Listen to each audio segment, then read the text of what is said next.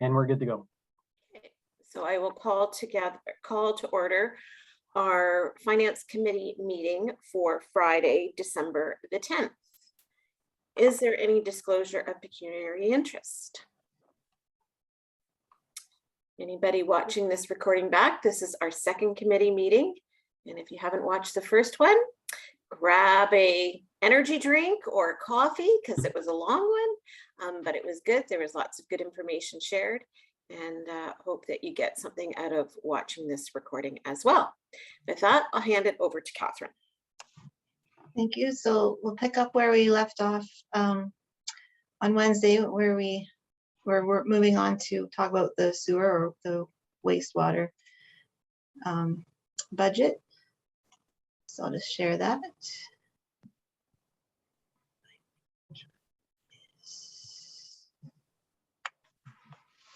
Okay, so I'll make sure I had the right thing up.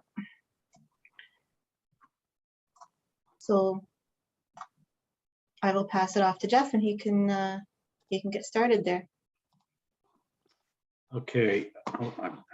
Yep. Oh, I'm unmuted. Yep. Everybody can hear me? Okay. We'll start with the sanitary system, and then once we're done maybe we could tie everything kind of back into the water, because they are kind of jointly when we go to look at the revenues in the new year. So the first line item is the farm rent, and that is the land that we own that surrounds the public works and the Lucan wastewater treatment plant. It's the area. It's been going down over the last little while because we keep as we sell off the acreage of it, we get less rent up there. So this year we've got in $2,000. It's getting to the point where there's not a lot of acres to rent over there. On the fee or on the revenue side, we have put in 2% as an increase this year, and that's based. That'll give us a surplus at the end, as well as it covers our inflation and keeps everything in line. We also recommend the 2% increase to cover inflation on the capital levy as well. And so, and as with water, we do include a little bit of extra because we know we're going to bring on a few users each year. So there is a little bit of, we do look at that also. Catherine, do you want to talk about the other revenues? Because I think you understand where they come a little bit better than I do. Yeah, the sewer F&C, that's sewer frontage and connection. So that's, we charge people to come on the system that have the capability but haven't connected yet. So we just estimate a little bit there if anyone does come on. And then the admin fees is the same what we talk about the water. That's their share, the $25 and $5 admin fees with new accounts and moving amounts to taxes. The assumed assets, we don't put a budget line in that. It's just for accounting exercise. When we assume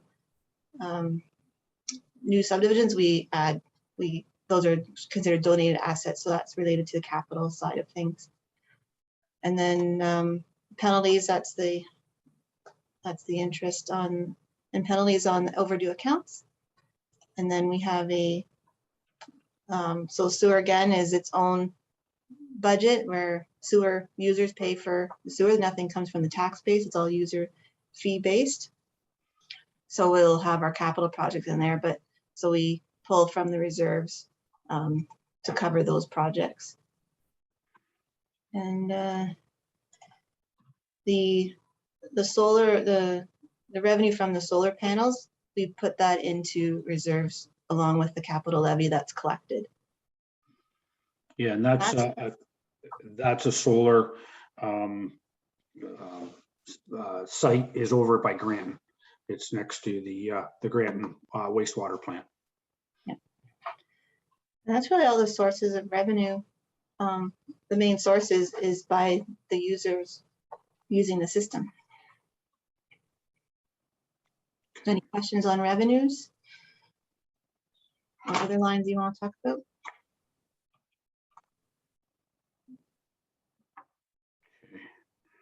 So on expense, again, Catherine sets up, we do split out salaries for the different staff that actually participate in work with the sanitary system. So again, as with water, there's a treasury component, administrative component, like office, and then there's some outside staff goes into the salaries portion. We'll jump down to, again, you'll see hydro has come up this year. We're anticipating it goes back to a normal rate, which in 2020 we were around 140,000.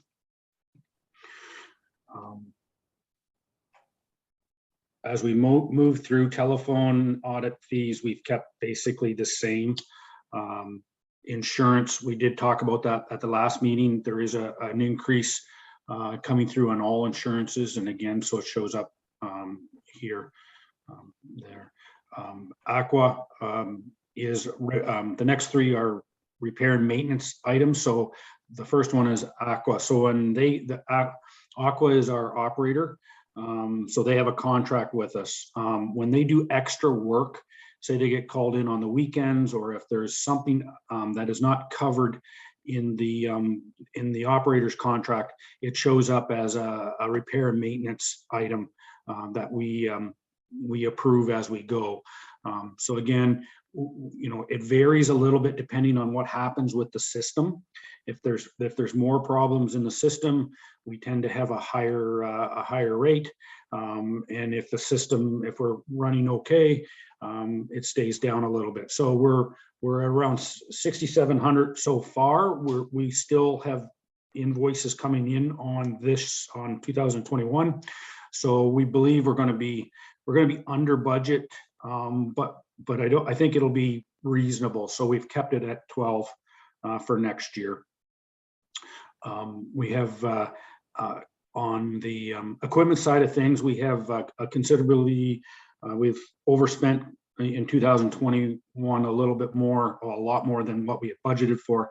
And this is to do with the RBC theater, I keep saying that, the Granton wastewater treatment plant.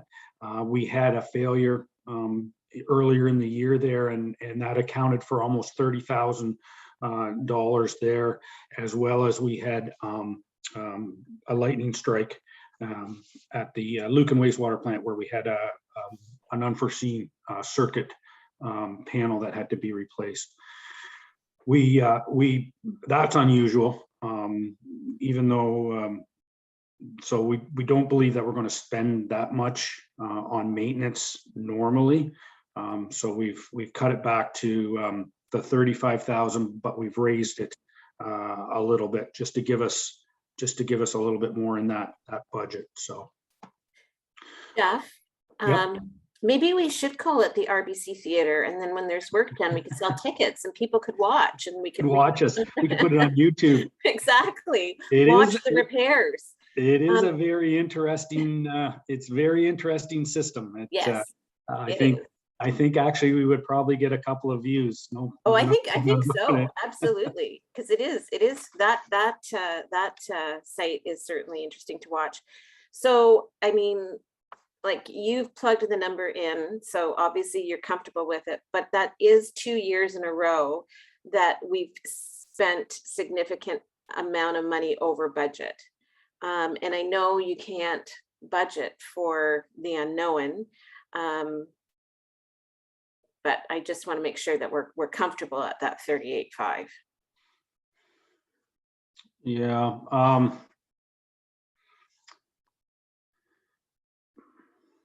Well, I think you just gave me your answer. It's one of those things. Yeah, it probably should go up a little bit more. We are finding the plants are aging. right? It's all the equipment in the plants are aging, and we're finding this is the equipment number is the one that we're pushing. I don't know if we have 2019, Catherine, there, if we actually, you can see how it has sprung up the last couple of years. That's why we really haven't drastically increased it. You can see where we did move it up higher in 2020, and I'm not sure why we kept it down a little bit in 2021, but I mean, maybe we'll put a question mark there. Okay. And see where we end up at the end, because we certainly could increase that budget a little bit without, but we'll look at the surplus at the end, and maybe we can identify that that's a budget we raise a little bit, and then we can review it next year. So Yep. Okay. The building one, again, we're running real close on it. So I should explain to some of these numbers in the equipment in the building. I sit down with Renee at Aqua, and we go over repairs that need to be done through the year. Some of it is routine repairs, such as we have to calibrate the gas equipment, gas monitoring equipment. You know, the fire protection system has to be inspected, generator inspecting. There's a lot of repeat preventive maintenance, as well as she'll give me a list of the of any equipment or any upgrades in the building that are giving us an issue, and that we budget in for. So these numbers are not guessed at just out of thin air. We do have a list of procedures or preventive maintenance and items that go in here. So we do base these numbers on that. It's just the one-offs that we don't, maybe we're not putting enough in for the unforeseen repairs that come up. So we did, again, we did raise the budget a bit, $1,000 for 2022 over the 17. And you can see, though, we are pushing the limits there also. But I think we'll just keep going.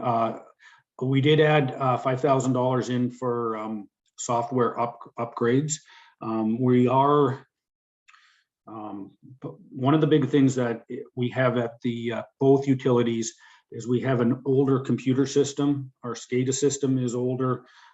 We did upgrade our 911 call out system 2 years ago. I think that's the 14,000 that we spent in 2020. We are finding that we're getting a lot of call-ins on computer issues. We've had some failures with the monitors and hard drives and the computers themselves. We've had to replace one system already. So we did add a $5,000 expense or budget in there, because we do know we're finding that's becoming very important in our system. And eventually we're going to have to upgrade our SCADA system, which will be, it'll be a capital expenditure, and will show up there. Our asset management expense, we do have an ongoing asset management in here. We are getting a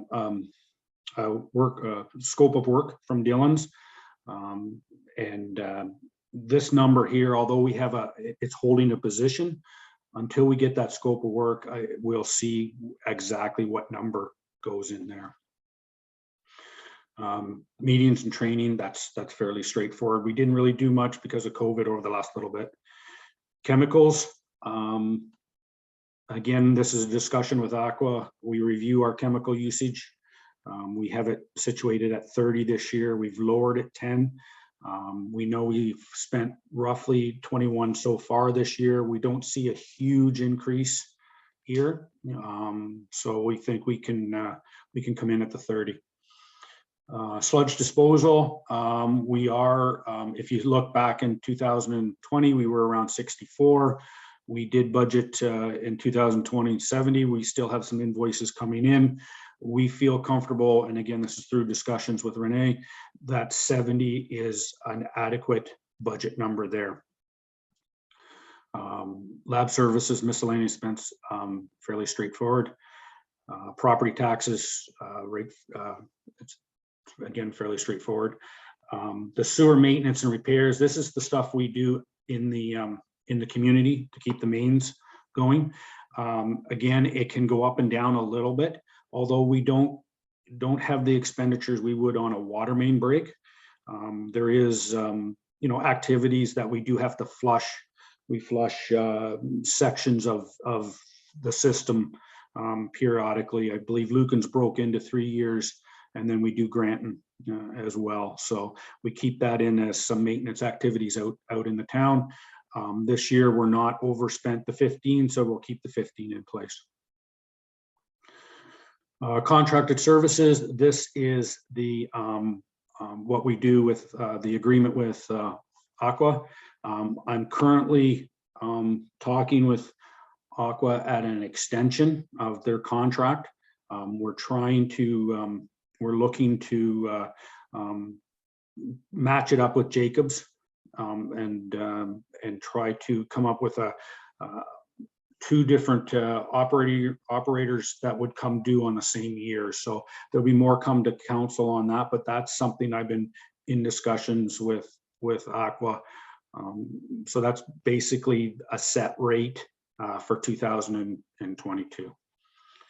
And then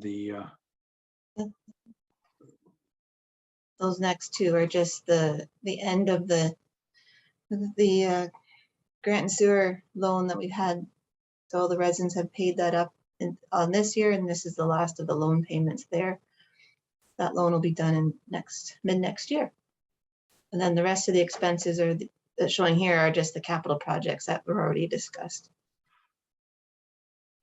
And then that brings us down. So after looking at all those expenses and the revenues suggested, there'll be a surplus of about $64,000 that we can transfer into reserve. So there is room there if you want to increase the spending or the budget in another line item, or how we want to do that. So that. yeah, so going back, Madam Mayor, so we could, without changing, so basically we were looking at a surplus of 64,000 with a 2% increase in our revenues. This is where we can again, we look for a little bit of direction. So we can raise a line item such as equipment up a little bit that's maybe more appropriate. We could easily maybe put it in at 48. We could put an additional 10 in here. It certainly would not would not increase the overall percentage of the 2% that we were recommending that we go up. It would just be the surplus at the end of the year would not be as high, but it would give us a more realistic. It would give us a more realistic use of the budget, I believe. Right. Okay, well, and if we took 10,000 off that proposed surplus, so that would be 54, you're comfortable with that sort of surplus? Yeah, I mean, this is where it comes down to when we get talking about when we recommend 2%, if we want to, if someone were to say, well, let's run a smaller surplus, yep. We could. The only thing is, I mean, we're running over $1 million budget. And if you look at our surplus compared to $1 million, budget, I think we're running pretty fine. We don't want to get too close, okay, in my opinion. So if our surplus was getting a little bit ahead of the system, then I think we would want to not increase. But if we don't keep things caught up with inflation, it gets ahead of us. So yeah. Well, I just think, I mean, I would be comfortable with that, with moving 10,000 up to the R&M equipment.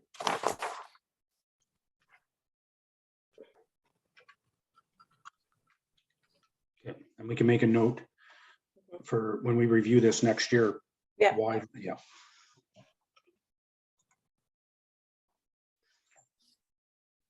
So then that automatically changes this number now. So we can have a budgeted surplus of that, and that's how that works. Okay. So that's just a review with the water. We when we did the water last time, we looked at a 3% increase in the usage and a 2% on the capital.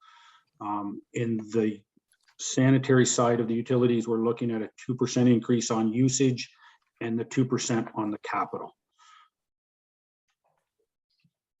And I did the math on what that looks like for the average homeowner. So if the average homeowner, we typically use a 15 cubic meters a month. So if someone on water and sewer would see an increase of $2.30 a month for a reliable water and wastewater system. Okay. The breakdown of that is like $1.11 a month for someone only on water. And then the sewer part was $1.19 a month. So every quarter, $6.90, which is should be okay to absorb. And it's nominal increase. Mm-hmm. Yes. Put that in perspective. No, and I think just in Jeff's last commentary about, you know, keeping up with inflation and having to be mindful of that. So. Yeah, I think one of the things we've taken advantage of is the extra users coming online has given us a boost in our budget the last few years. We certainly are not running a large surplus in case of, you know, but I think that's fine. We got a pretty efficient system. So we're some of the lowest rates in the county. So. And that gives us a bit of a surplus, but we don't know what inflation is really going to look like or how it's going to hit us next year. The inflation rate is definitely more than 2%. It's in the upwards of 4 to 5%. So we see how that hits us with the actual expenses as we go through the year. Yeah. And that'll be the case over all the budgets that we're talking about.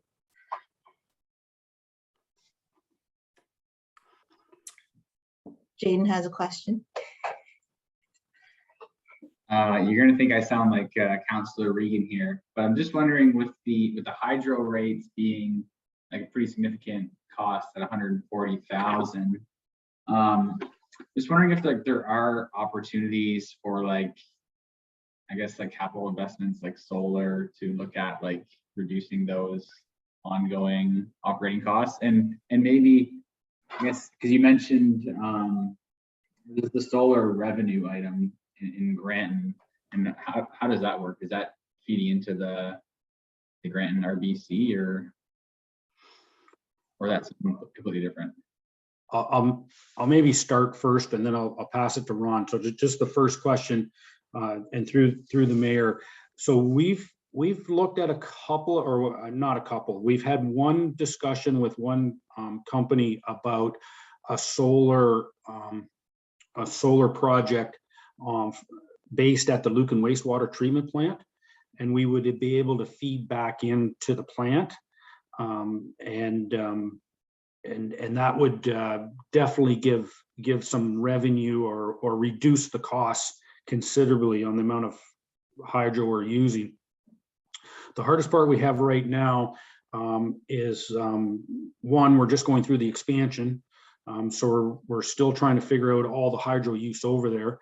And two is that industry's changing like pretty quick right now. And we want to make sure whatever deal we set up for the future, we get, you know, we're prepared for the future, because it is a long-term contract we'd be looking for. And it's certainly the company that we talked to is certainly, I don't want to say that we have any, discouraging feelings not to work with them, but we want to make sure we we look at all the options out there. And at this point, we just haven't got to that. So I think there's a real opportunity to do something there at the Lucan wastewater treatment plant. And I think that'll just be one of the things that because we do have the space, right? We do have the land use, or we do have the land around it. And so I think that's a real option there. But maybe I'll let Ron's been through it before, and he can talk about the grant, and he's been involved with the other solar activity in the township. So. Thanks, Jeff. And you're exactly right, Councillor Hodgins. I think the plan is, we were approached by a company, and it's a company that we've dealt with before, so they're not new. But they approached us about what they call a net metering project, because the plans are different now. The Granton plant, or the solar that surrounds the Granton plant, for instance, it has it was from back in the day when you could get a contract with the province at so many cents a kilowatt hour produced, kind of thing. So that's those types of contracts are no longer available. So I think the industry itself is sort of switching to a net metering, where they try and size the array of solar panels to correspond with the amount of power that you actually generate, because any extra power that you generate gets put into the hydro system, and you really don't get credit for it, so to speak. So you want to size the array correctly. But Jeff's exactly right. I think this is one of the topics that we're going to talk about when we get to that point when we start talking about construction. So how do we do that? Do we put out an RFP? Because again, we can't just give it to one solar company, but that certainly is first and foremost, because again, you are correct. That's a large utility line item. That's a big dollar amount there for us. So if we can save some money, especially over the long haul, I think we all know that hydro is going to keep going up. So if we can do something that's economical and good for the taxpayer, then I think we'd absolutely look at it and come back to council with some options.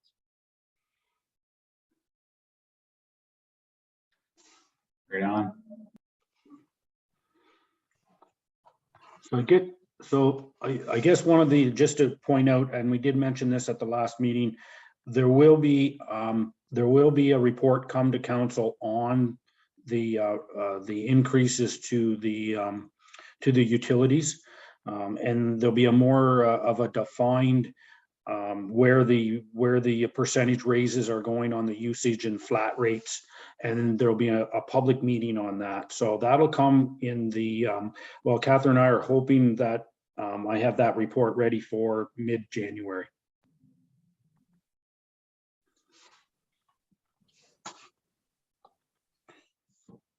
Okay. Is that all I want to talk about, water and wastewater? Move on to Parks and Rec, or is there still any questions? Move on. Sorry, I just couldn't find my unmute button. I'm just wondering about the depreciation expense, because it seems like that was we had it in 2019 and 2020, but not in the last 2 years.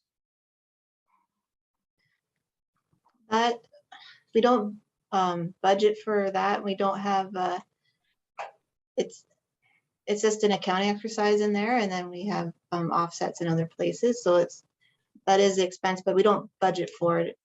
So that's when we haven't run the depreciation for 2021. That happens after the audit starts, and they go through the numbers and make sure we're in a good place to run those. Those won't show up until probably next April, May, when we finalize the year. So.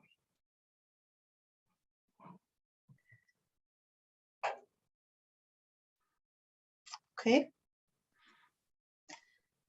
We'll move on to Parks and Rec then. Okay. So I'm going to talk about Parks and Rec, and Paul's on the line. He can, if there's any big questions, he's available to answer them, or he can put numbers in the chat, or put his comments in the chat and go from there. So this budget with Parks and Rec this year is a bit tricky because we have two things still in place. One, we still have some COVID restrictions that we're dealing with and probably continue for a good part of the year, and also the construction project. So that'll affect what we can use, different areas of the building at the arena, and those kinds of things. So we'll start at the top. For ice rentals, we're having seeing a big demand in ice rentals and using that space throughout the year. So this budget represents having the ice in year round. So that explains the increase there in the revenue side. And then as we get through it, you'll see increases in the expenses in relation to increased wages and as well as utilities and those. And we'll explain those as we get to those lines. But that's the premise. That's the assumption in this budget, the main change. So that means if we have the ice in all year, we won't have any opportunity to rent out the floor. So that's why that budget is at 0. So the next section with the concession, with the canteen and vending, we continue with the 0 budget this year due to COVID restrictions. It's there's different requirements and protocols for consuming food and beverage in an open space. So we think that's going to continue. I know some places have vending available, other arenas, but still most do not offer that. So we put that in 0, it can be discussed, but it'll just be something, if we offer those, it'll just be something else that staff will have to police and monitor. And we don't make a lot of money on vending. It's more there as a service. So I guess the question though with the canteen is for the fall, on a positive outlook that things will be a little bit more opened up and available, is to go ahead and plan for a canteen for the fall at least. I do believe, Madam Mayor, that with construction ongoing, it may not even be complete in the fall, so that would be another factor. Yes, I get that, but I guess I also am trying to be positive and think, at least let's at least plan for having some sort of canteen in the fall if restrictions and construction allow for that. I think that certainly that's an ongoing comment that I hear about how it's missed at the arena, and it's a good opportunity for students to have a job.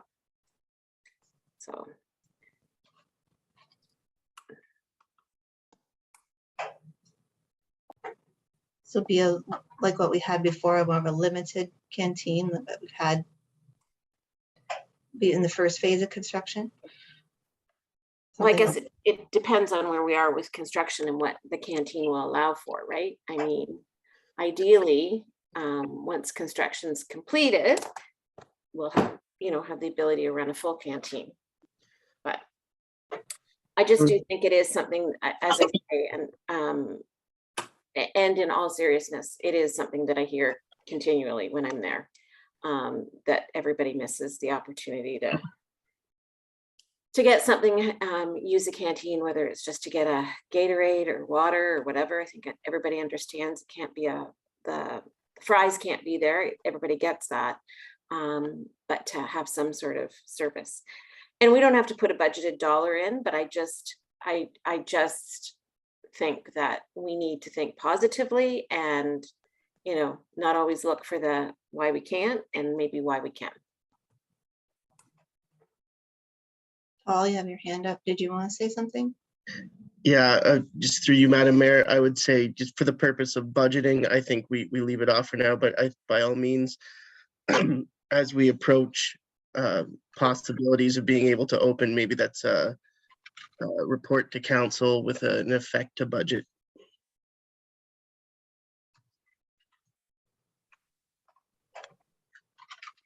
If I may, Madam Mayor. But yeah, I do think, we're all about trying to open that up as soon as we possibly can. So, and we should have enough lead time. Once we get talks with the contractor, we should know and have a better idea, and we can plan for that.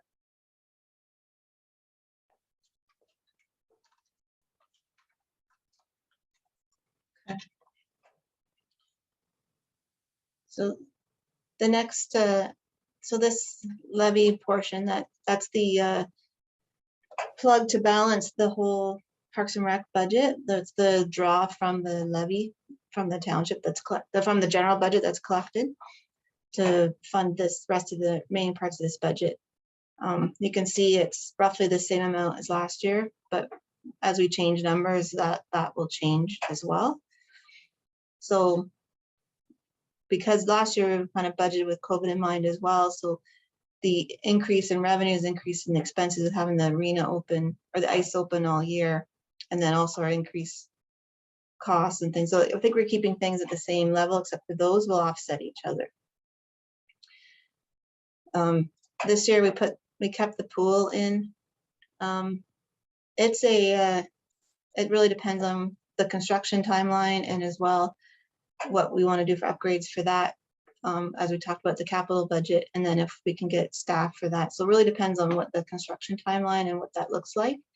But in this budget, the pool is a budgeted loss in this budget. So we don't bring in enough revenue to cover all the expenses it costs to cover that pool. So it's really a service. So if we don't have it, then we'll just create a surplus in this Parks and Rec budget. With the halls, we kept it so low as a particular COVID year, and not seeing the usage of our large events being held there, like weddings and stuff. But the sports side, we're seeing an increase in wanting to use that space. So we opted up a little bit to be in line with what's happening this year. But again, using that space really depends on the construction timeline of the renovation to see if that main hall and like the gym gets out of commission at all. Then we won't be able to have people in there, but we're gonna put a number in there and hopefully that's a good one. Then we get down into programming. We put the summer camps back up to our normal levels. We had a successful year in 2021, and that was camps ran with restrictions. So at minimum, we're at least be able to do that in 2022. Even in the construction, we can still use Active Living Center or other places around town to have our summer camps. And it's a well attended and a high demand camp. So we brought it back up to realistic what we did in this year, in 2021.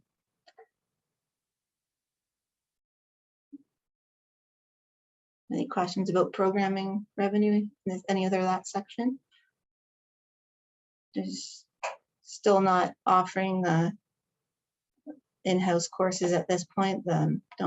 Instructors are not comfortable bringing that in-person learning back at this point. But if it does, then we'll just add that in as it happens. Just sorry, Catherine, just with the summer camps, I mean, I guess I can ask it now or wait till we get to the offsetting expense line, but we've never had any issue finding staff for the summer camps, correct? We've usually had a good, enthusiastic group that have wanted to come work for us. Generally, we had some difficulty this year, but for the most part, we had enough people that we were able to operate. So is the thought to start recruiting sooner rather than later? Yeah, generally we recruit in February. So we're probably going to start right in the new year, as well as I think we've already confirmed that there's some of the newer ones that started this year have all they would like to return. Okay.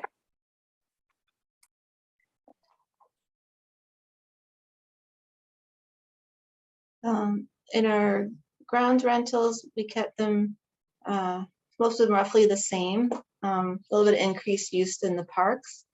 And then the tower rent that we get from Bell Mobility, that a contract will renew in 2022 at this new rate. That's why the increase.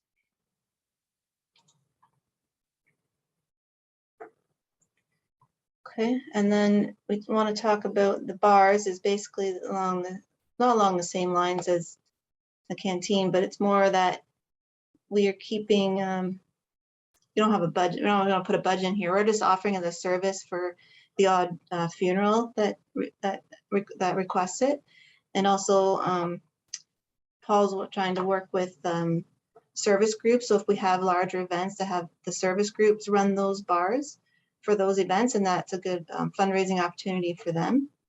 So that's why we haven't really put any money in to collect for bars. You'll see that we don't have expenses for that side either. We just keep them very minimal amounts for funerals.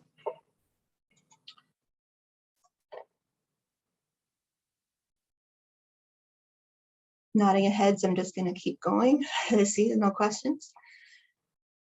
So then we get down to other forms of revenue in here from, we did put the craft show in here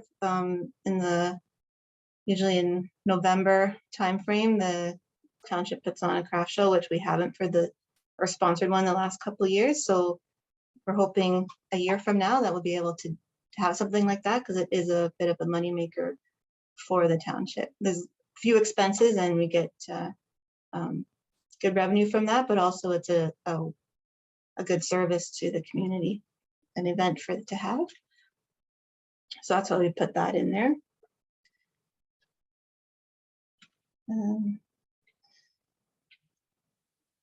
The daycare rent. So the YMCA, they pay us rent to use that space, the new daycare space, and we take their rent and we rent payments, and we cover off the loan payments completely, and the remaining of that stays in to cover off the operating expenses at the arena, or to use that space.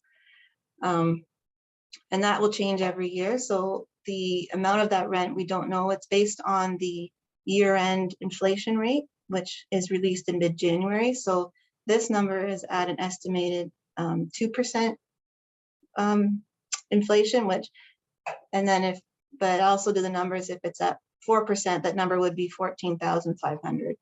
So it would just be more revenue that we get to use offset the budget. So so I just kept that minimal, but we'll have a better number at the end of January. So that's a good estimate for budget purposes.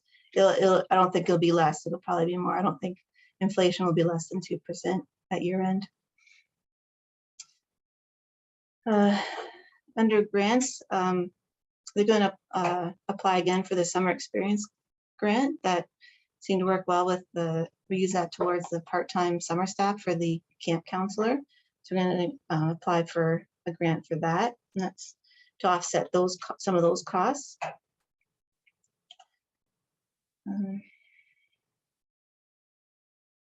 That's really a lot of the main things in the revenue side of things. Is there any question about revenue? I'll move on to expenses. Oh.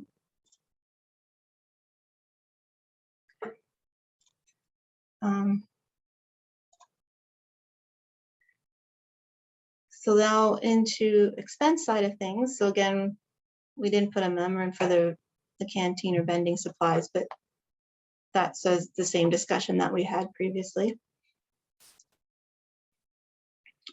Some of these, the building maintenance of the facility, we brought that down because with the renovations, we won't have to do some of those regular maintenance that we would do, like on the washrooms, because they're going to become brand new. So we're not going to spend the money to upkeep those, like to make repairs on them, because it's going to become brand new sometime in the year. So we brought that down quite a bit. And everything else is generally stable.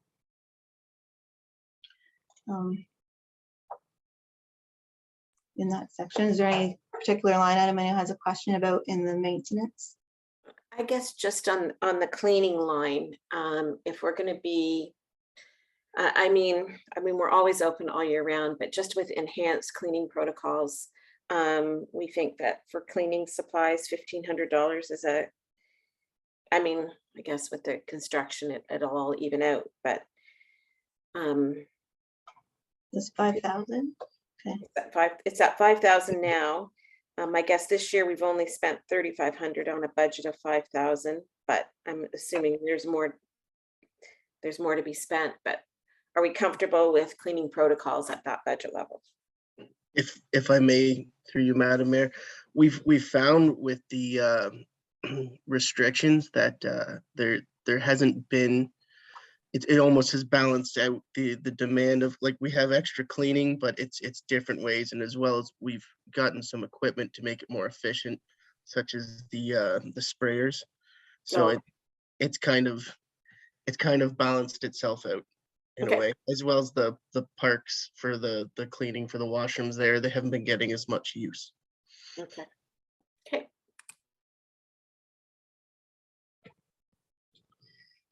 Okay, so we get down to the administration. That's where our people are that help take care of all of our parks and rec facilities.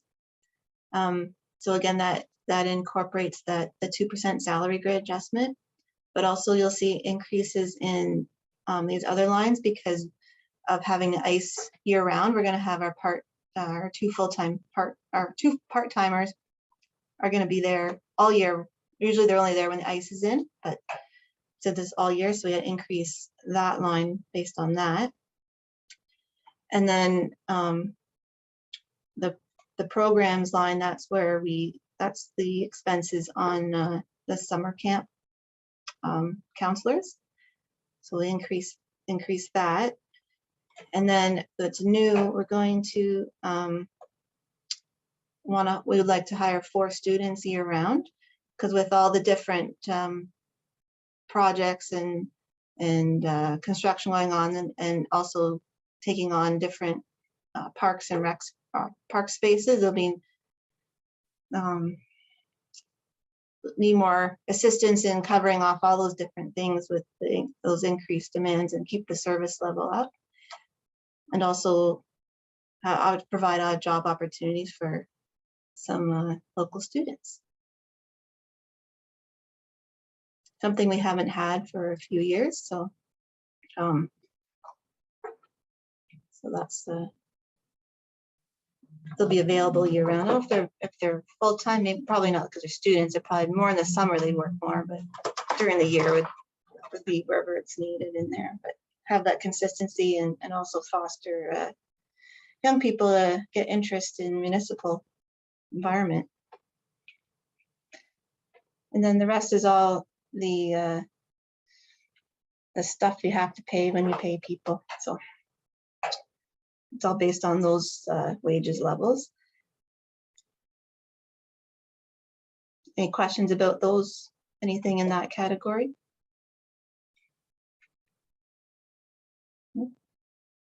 Jaden? I'm just wondering if there's any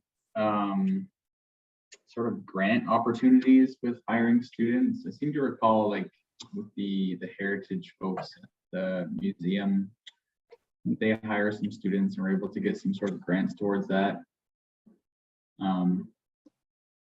Or I'm not sure at all, really. Go ahead, Paul, if he can answer that probably better.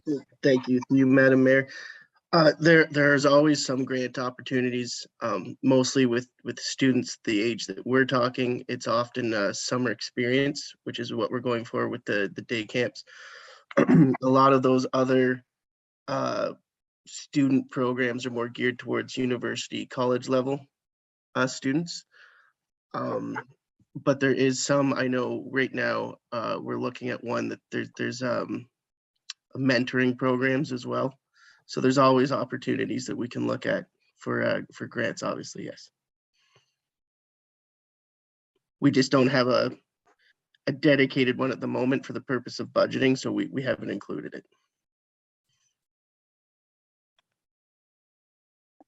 Okay.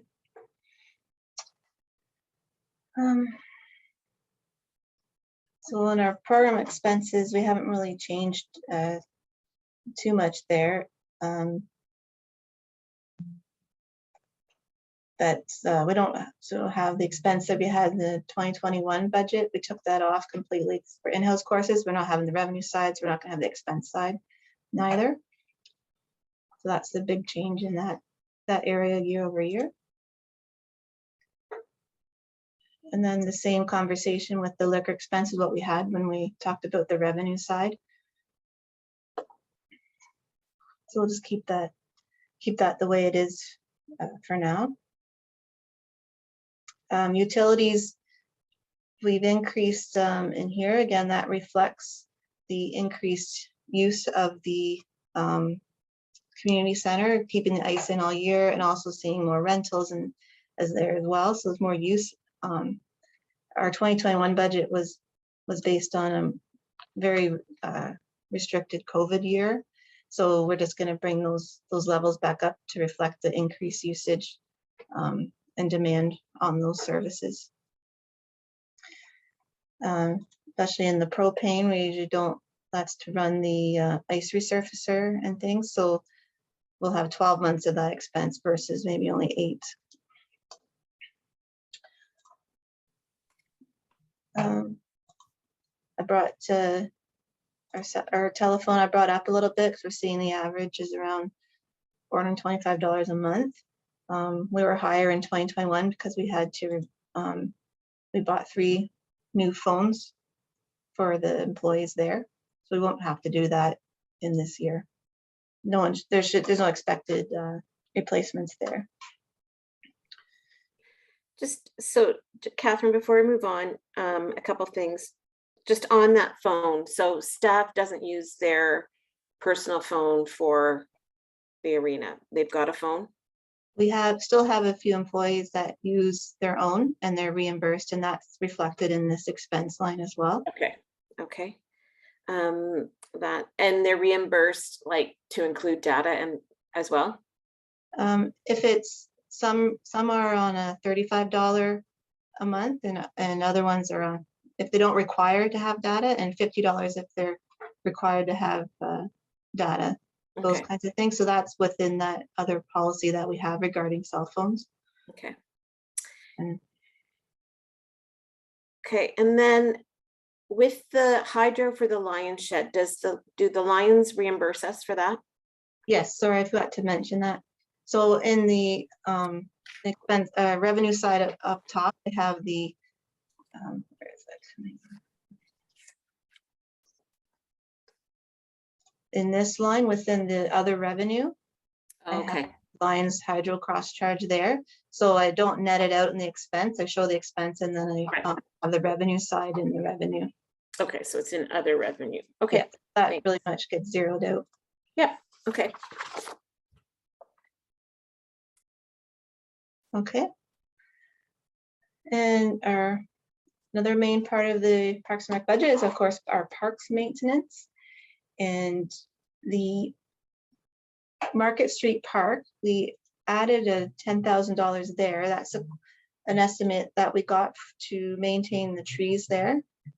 There was a request from neighboring residents to look at the giant trees that are right along the property line there that are, there's complaints of branches and whatnot falling into the neighbors' yards and potential damage to their fences and properties. So so the cost about $10,000 to remove those trees.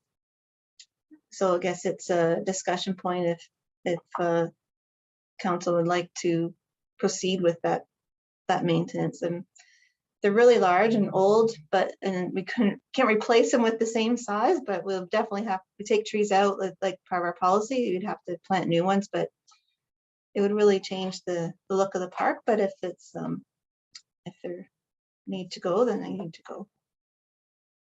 That's why that line there is increased significantly. Then it'll just be the 1 year.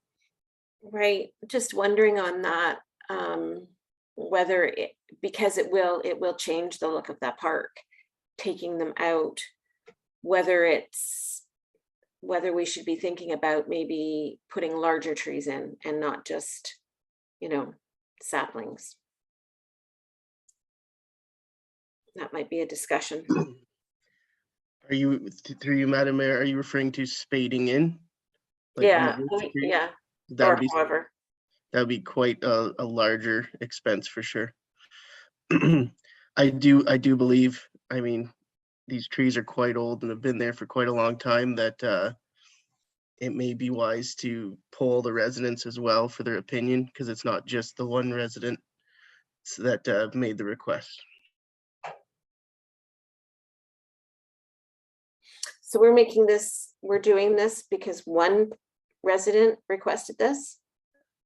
There's been one as the driving force, and they claimed that they've had several neighbors agree with their conversation. So the thought was that we'd have this discussion for budget talks to see how council would like to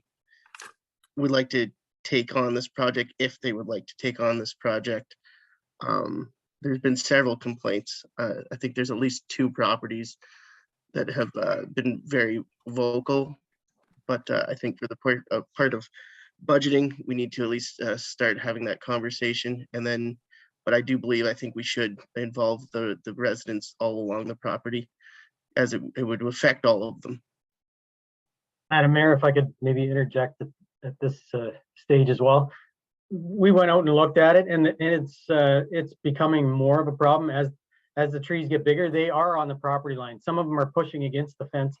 In some places, the fences have actually grown right into the trees. It's just going to continue. The problem is just going to continue to grow as time goes by. So if we don't do it now, it's going to have to be done later, and bigger trees cost more money. And so, but I do agree with Paul. I think we can talk to the neighbors and say, look, the trees have to come down. They have to come down. What would they prefer? Would they prefer, maple trees, or would they prefer kind of evergreen type trees? So we can have a discussion with them. I'm not saying we can do everything they want us to do, but at least we can have a discussion with them and see what their preferences are. Okay. Okay, that's fine. Yeah. I guess I'm also just concerned about replacing them, and just, we don't need to replace them with, like for like, size wise. No. But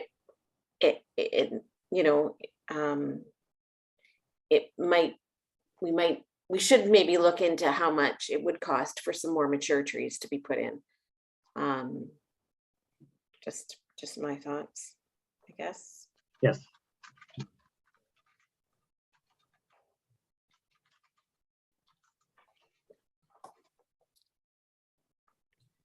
Okay, I'll move on. We increased the budget there over in the Spencer Park. That's the new park space in the Old Clover Village. As we start to enhance and develop that park, we increase the budget there to support that. The increase in the budget for the Elm Street Park and Splash Pad just represents, kind of keep in line with how much the splash pad uses water over the summer, get more in line with what we've seen recently.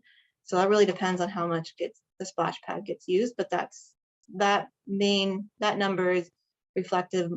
The biggest expense in that line is the splash pad and the water usage there.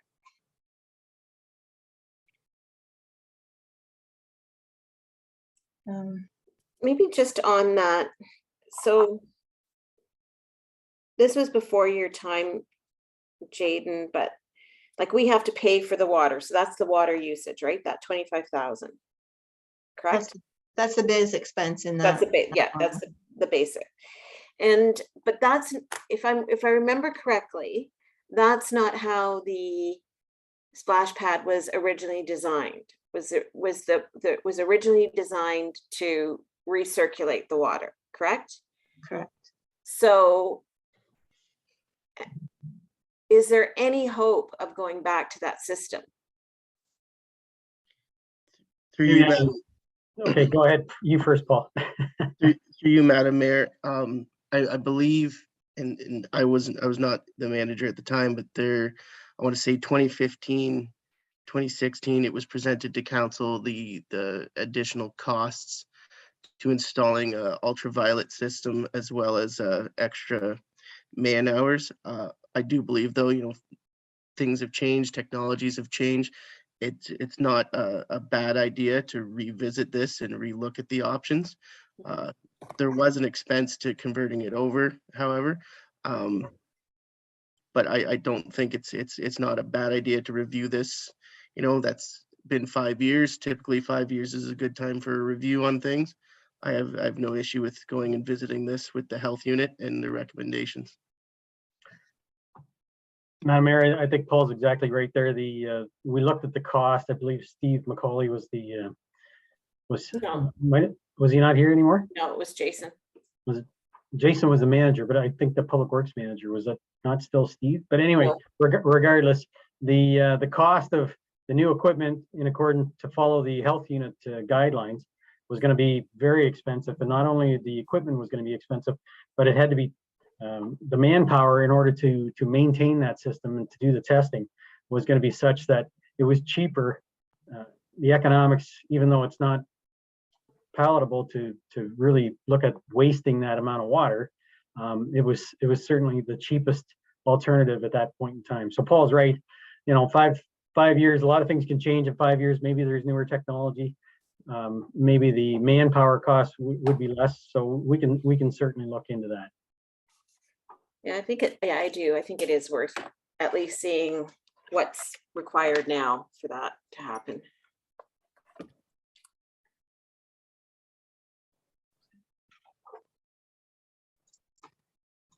I made a note there.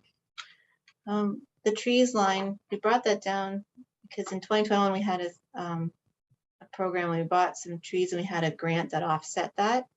But now that we talked about replacing trees in the park, I'm not sure, maybe if the 5,000 is it still a good number, or we need to increase that based on that conversation?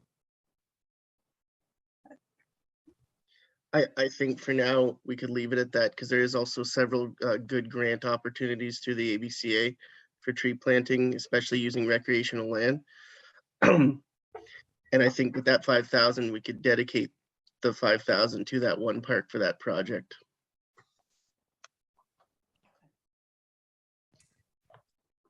Just so I know this is maybe not the right line, but Zora Township, their policy is you take one tree down, you replace with 3.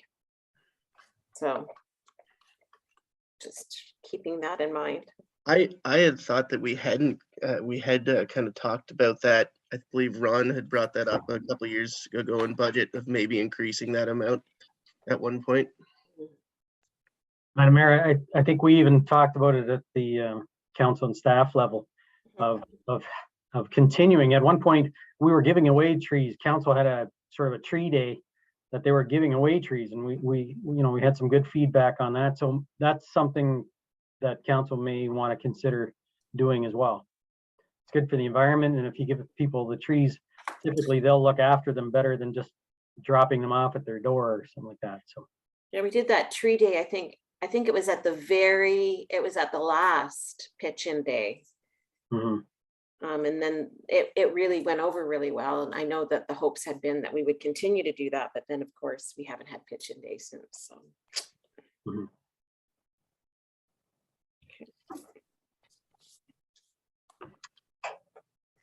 The fuel line we brought up to be more in line with the current spend,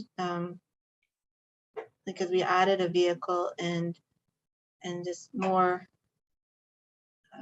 usage, more grass cutting this year and things like that. If I may, Catherine, just for a minute. Yep. Also, it's the change in weather has also been a significant effect on this. Our mowers were cutting well into the end of November, which is not typical for normally mid-September. We'd pretty much be done cutting grass, but it didn't slow down this year at all. And we were consistently cutting grass almost every day up until November, which is very unusual. But if that's going to be the regular, we should plan for it.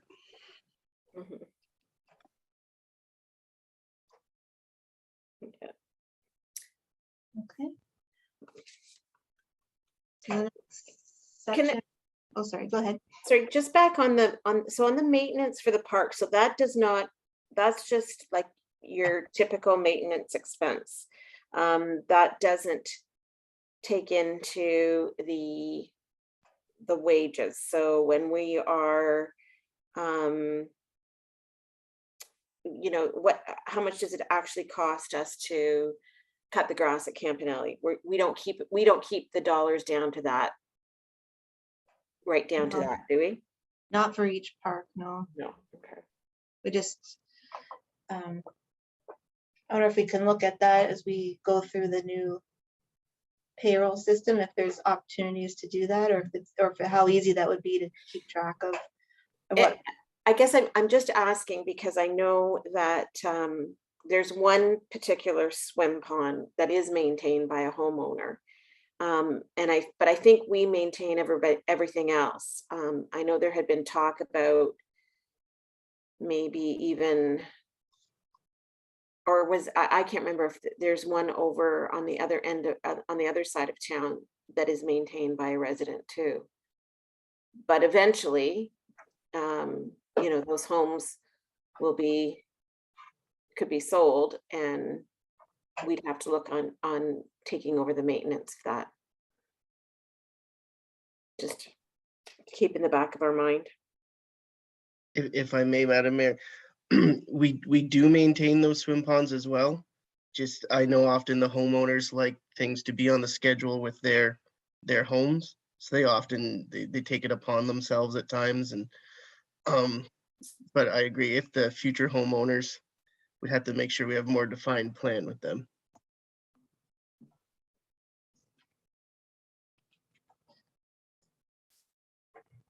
Jaden And I has- guess, sorry, Catherine, just on that, I mean, maybe this isn't the place to have that discussion, but just from an insurance standpoint, are we comfortable with homeowners maintaining our swim ponds?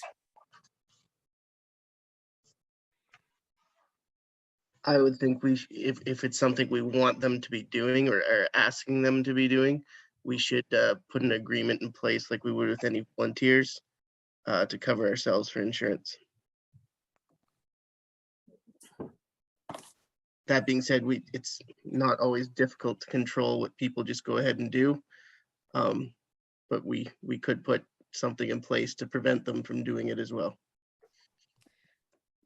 Well, I think for the most part, any homeowner that has taken it on has been responsible. I mean, they treat it like it's an extension of their property. And not that they use it, but just the way their fence lines are, it's right there.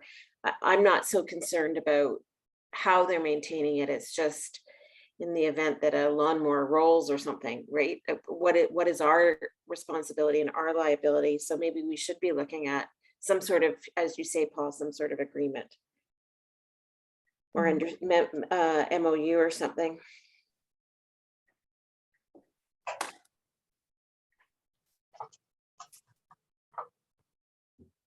Jaden has hand up. Yeah, just looking at that fuel item, I'm just wondering how it went from 0 to 500 to almost 12,000, and like, was that something that was tracked differently in previous years, or Yeah, how did that sort of jump up so high?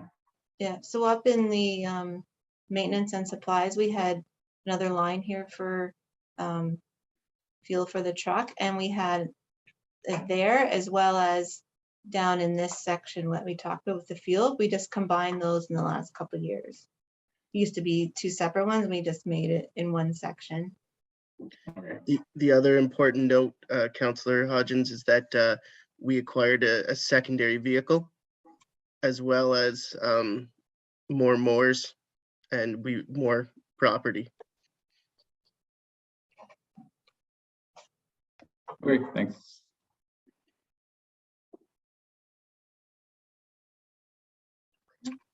And maybe before we go from this item, just the trails item, so it's never had any, I guess, budget or expense. Are there any, are there no trails that we have to maintain? this is an item that it was originally put on the budget. I want to believe, I think 2015, 2016 was originally when it was on. It never really came to light. I believe at that time they were trying to put a trail program in place. Since then, Jeff and myself have discussed moving forward with an actual trail committee and trying to develop some connectivity throughout Luke and Badolf. I think at that time, once that gets established, it would be a time to revisit this budget line and actually create a budget line for that. As it is right now, trails in certain parks fall under the budgets for those parks.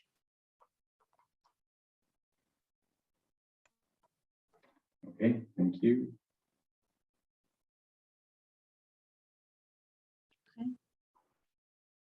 I'll move on to the last section here.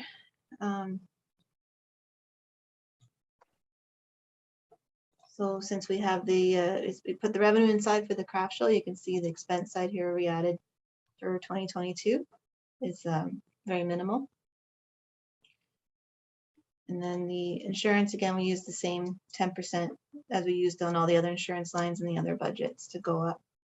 And we had the significant increase September 1st of last year, of 2021, that carried forward for the first 8 months of 2022.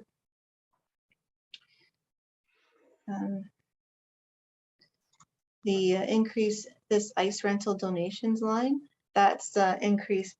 That line represents the minor ice sports discount that council provides. So this is where the cost of that is tracked, and so that's increased because we have the increased usage for 2022 versus 2021.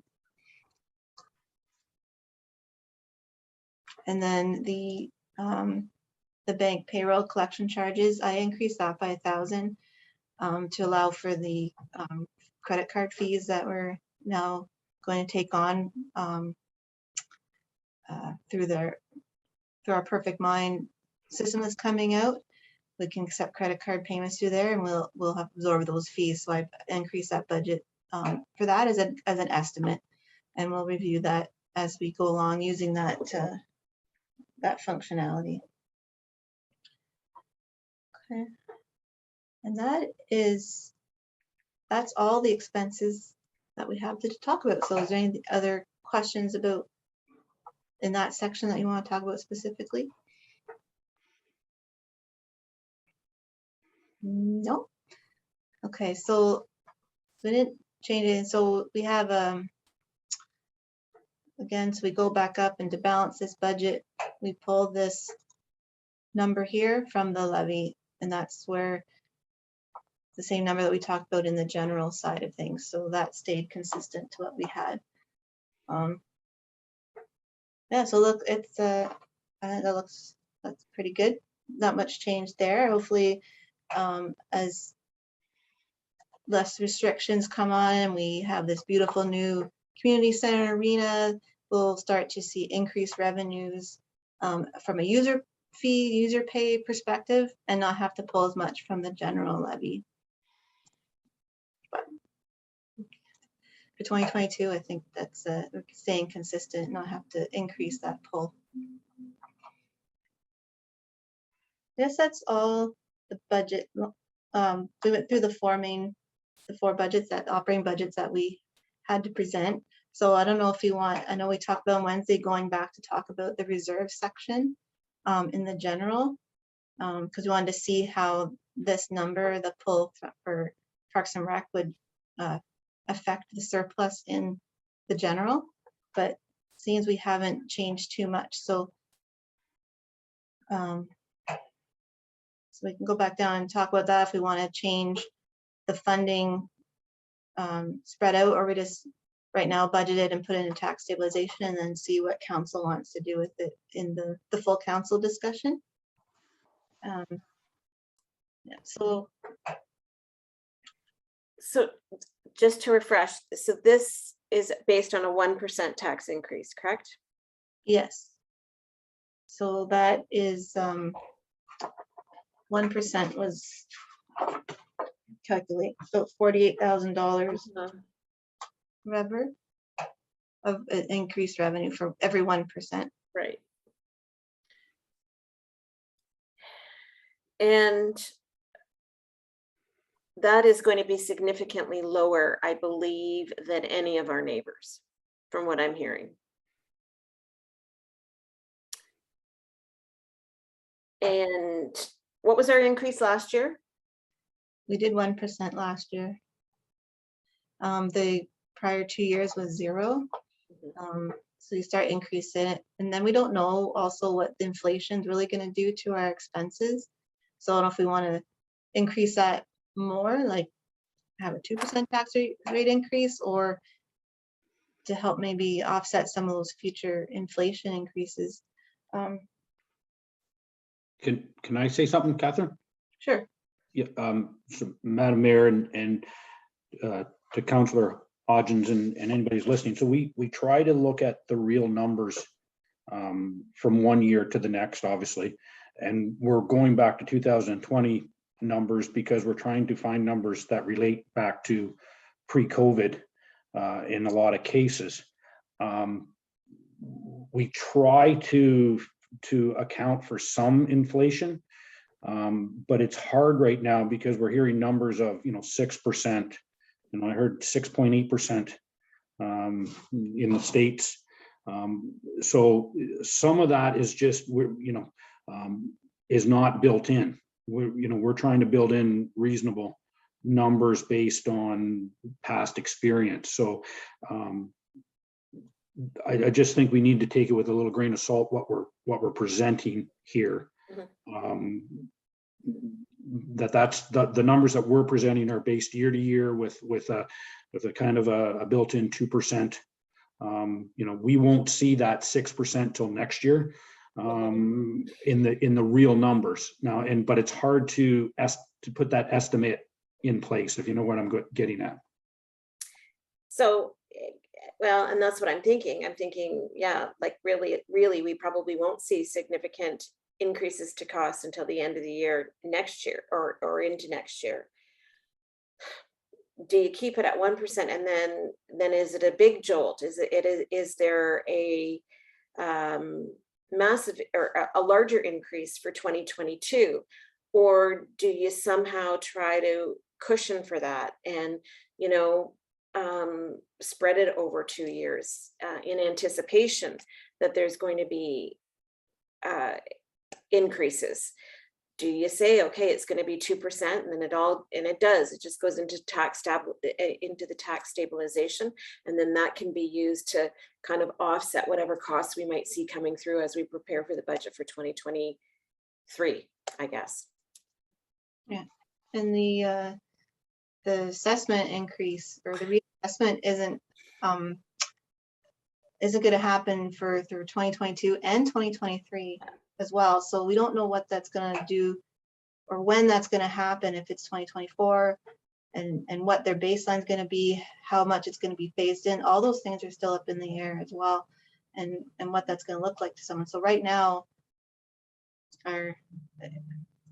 everything's based on 2016, January 1st, 2016 values, and will be for 2022 and 2023 again. And that was all phased in fully in 2020. So if you haven't made any changes to your property, you're going to see that same assessment you've had since 2020 for the next 2 years. So, so what that looks like in the future, how that assessment growth comes in, then what will the tax do then? Will we have to drop the rate or not?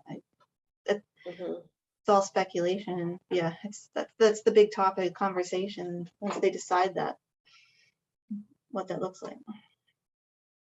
If I can make a comment, Madam Mayor, I totally agree with what Jeff and Catherine said. We've always tried, and council has been very consistent trying to keep that level sort of on an even slope so it doesn't jump up and down. And to your point, it's still kind of surprising when Catherine says 1%, a 1% increase actually only equates to 40, what was it, Catherine, 48,000. 48,000, which really isn't a lot of money at the end of the day. So yeah, you don't want to overcharge somebody, but conversely, you don't want sticker shock 2 years from now as well. So it's trying to find that middle ground and what's best. So the good part of all this is we do have flexibility. Our council has the flexibility to make that decision, and it almost appears that some of the other municipalities are not in that enviable position. So we are fortunate to be in the position we are.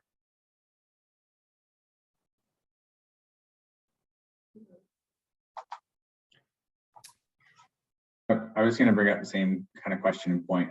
I guess we've sort of discussed it now, how we did arrive at 1%. And I did also look around to some other neighboring municipalities, and they're closer to like 2.5%, 3%, or 2.75%. And yeah, I don't know. I guess like looking forward, like, do we want to, make some sort of step in that direction so that, like you say, Ron, it's kind of more gradual. If we do want to get back to like a better, I guess, inflationary, like 2% type number. Just some thoughts. I have to compare to see. Yeah, I don't know. Some have gone the increase, but they're still might be lower than our rate, or now they're coming up to almost be the same tax rate as us too.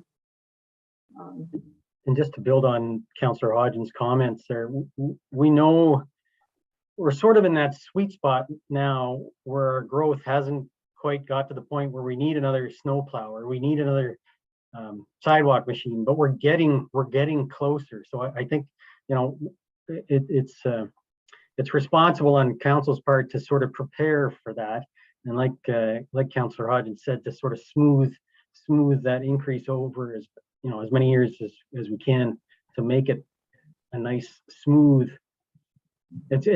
Everything costs more each year. Everybody knows that. Nobody likes it, but that's life. So it's what can council do, or what can Luke and Biddulph do to make that transition as smooth as possible. And I think, like I said, councils over the past years have done a good job smoothing out that increase. That's always kind of been the approach. I mean, when I first was elected, it was always just always increase everything by 2% just consistently, because you're putting some away and you're just always increasing it and avoiding that sticker shock. And maybe that's why we're in the position we are now. I don't know. But I certainly I guess I would probably be leaning more towards that 2% increase. Just not knowing what the next couple of years are going to look like. Obviously, if the assessments come in and then it's always better to look at that's going to be that will affect us positively, and we can deal with that. But I wouldn't want to have to go back to the ratepayers or to have to stand in front of everybody to say, now we're looking at, a 5% increase or,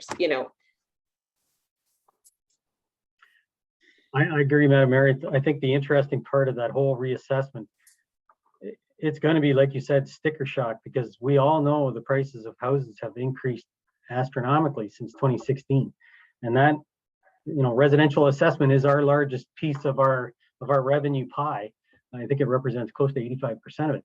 So with that increasing, exponentially, I don't think farmland has gone up the same rate as residential has gone up. So the farmers may be happier, 2 years from now than they are now, but they actually suffered, I guess maybe not the right word, but they bore the brunt of the change in value the last assessment when it went to 2016.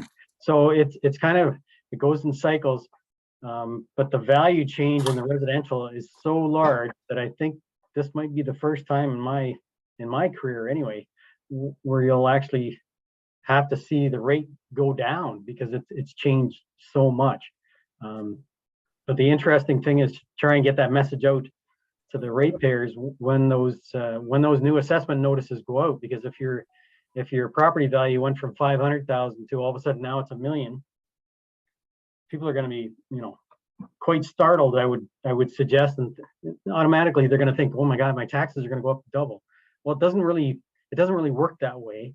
The tax rate has to be adjusted because the amount of money it takes to operate Luke and Biddulph changes from year to year, and it goes up a little bit. It doesn't all of a sudden double. So it's going to be a tough message, and to try and get a consistent message across all the lower tiers, I think, is what the treasurers have already started talking about, is how do we do that with, and they've been in discussions with MPAC as to how do we prepare for that. So it's going to be an interesting couple of years.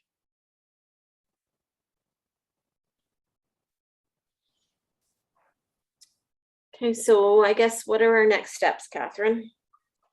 That's what I was going to talk about next. So I think we should try to plan another finance committee meeting.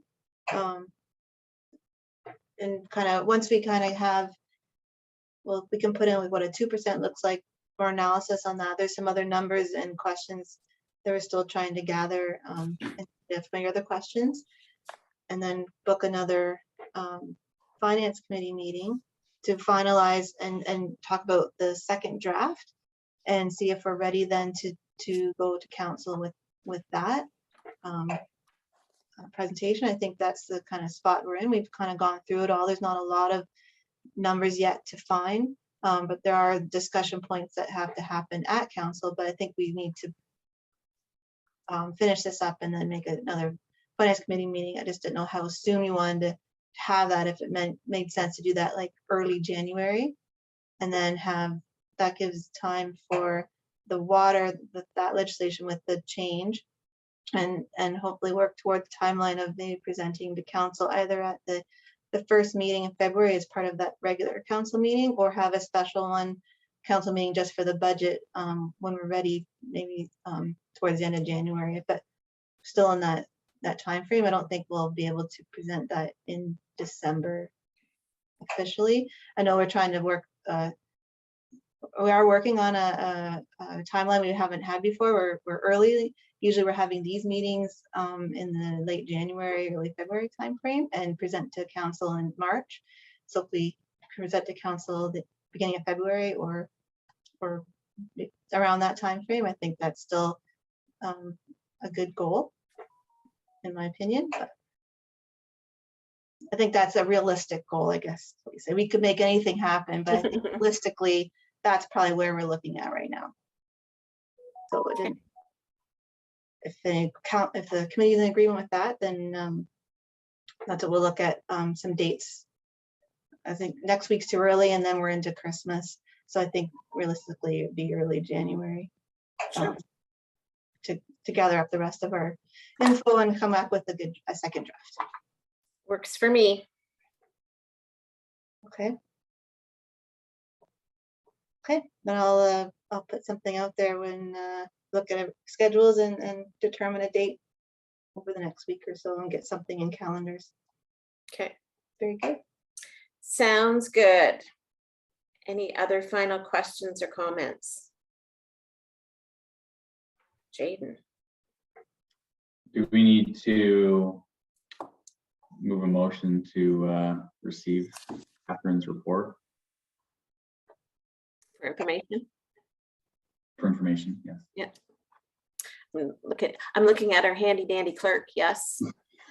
Okay, so do you want to make that motion, Jaden? To Sure. receive it for information? And I guess I'm seconding it, or can anybody second it? We're all. And then all in favor, the two of us? All in favor? That's good. Anyone opposed? Okay. Okay, can I also make a motion to adjourn then? Are we done? Absolutely. Okay, I'll make a motion to adjourn. Good. And that's at 2:30, and I'll second it. 2:30 p.m. Right? Yeah. See, we've got an extra half hour. I think he scheduled 2 hours. So we made time today. And all in favor? It's carried. Thank you very much. Have a good weekend, everyone. Thank you. Thanks. Have a good weekend.